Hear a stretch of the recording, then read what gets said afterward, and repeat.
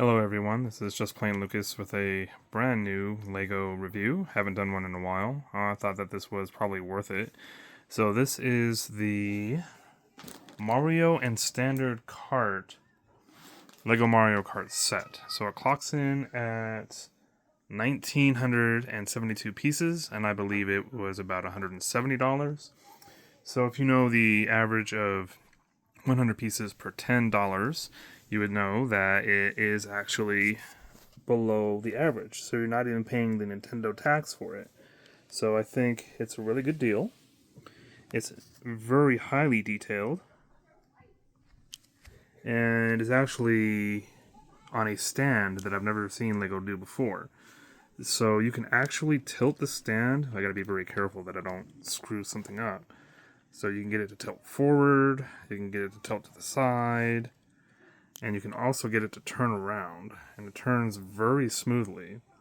So you can even spin it around like that. So the idea was to get it to look like it was being on display when you were playing a Mario Kart game. You know how sometimes you select your cart and it just spins around in a circle? That's what they were trying to do here, and I think they did a very good job. And you can see that it has all the cool stuff, you know, the exhaust, and it has a steering wheel. The steering wheel does turn, but I'm not going to do that on the video. I'm a little afraid that I might break the thumbs because they're a little fragile. And just as a forewarning, when you're putting this together, this head can be kind of tricky. Right here where the jawline is, it's not quite as centered as I wanted it to be. I kept trying to finagle with it and kept causing it to break off, and I was like, you know what, this is good enough. So there is a little bobble effect that's going on. There's a ball joint right down here that I don't necessarily care for. I think it makes it a little, I don't know, I'm not happy with how well it shakes. But I guess it's designed to be that way, so other really tricky part here is the ear. It barely fits in there, and the tile, like right here, kept coming off of the little part back here. And this particular side, this ear, was even worse. So there are going to be a couple of moments when you're building this together that you might end up having to be a little frustrated trying to get the pieces exactly where you want.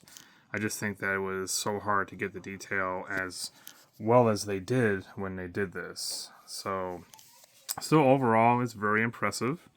Really enjoyed, for the most part, putting it together. And again, see, you can see where the wheels are. You can see the steering wheel turning there. I just wish that the radius was a little bit better. It's kind of a little restrictive. Because like if you really want to push it along, you're going to find that you don't have a very good turning radius at all. But I don't think that this set was really designed to be played with. Is more of a display. So also there was a gift with purchase. It was a spiked shell that I somehow didn't get when I pre-ordered it, so I'm a little miffed about that. I don't even really want to look on the eBay to see how much they're going for. So, but yeah, I'm trying to find a place to put this now. As you can probably see my background, I have just way too many Lego. I don't know where I'm going to put it. I'll figure that out later. So if you really want this, just again, the overall general review is $170 for 1,972 pieces, so it is below the average.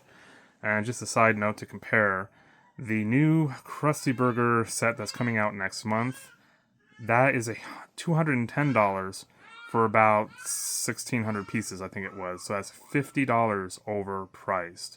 So the funny thing is you're paying $50 for a Simpsons license, whereas this one you're actually saving about, I don't know, about $30 for not having to pay for a Nintendo license. So LEGO was very frustrating in that aspect. I just can't understand how they come up with their prices.